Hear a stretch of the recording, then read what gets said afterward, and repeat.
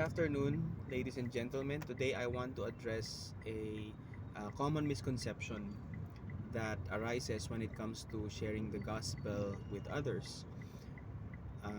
Have you ever noticed that some people tend to get offended or defensive when you approach them with the message of the gospel?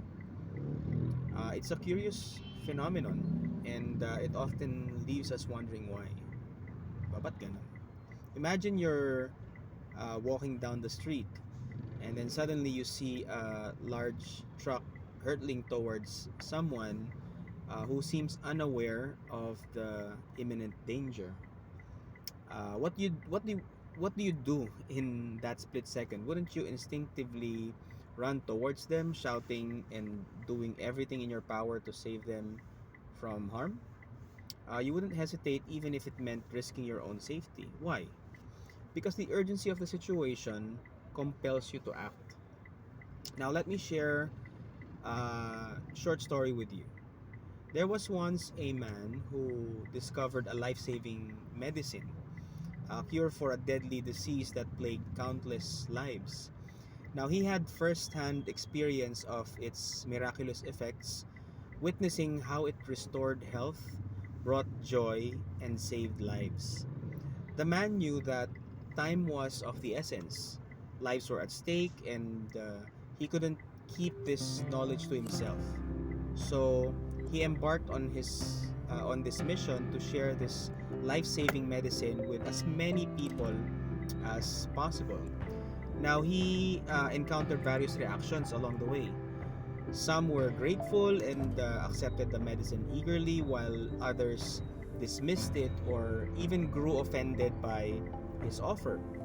But the man never wavered. He understood the urgency, the stakes involved, and the potential for transforming lives. Now, likewise, in sharing the gospel, we are like that man with the life saving medicine. We have encountered the truth, the message of God's love, mercy, and salvation.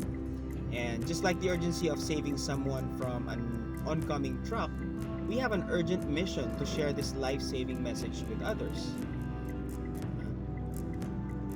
When we see people around us searching for meaning, purpose, and hope, it's like witnessing them standing in the path of that truck. The consequences of not sharing the gospel are far greater than any offense or defensiveness we may encounter. The stakes are eternal. Panghabang buhay po. Diba?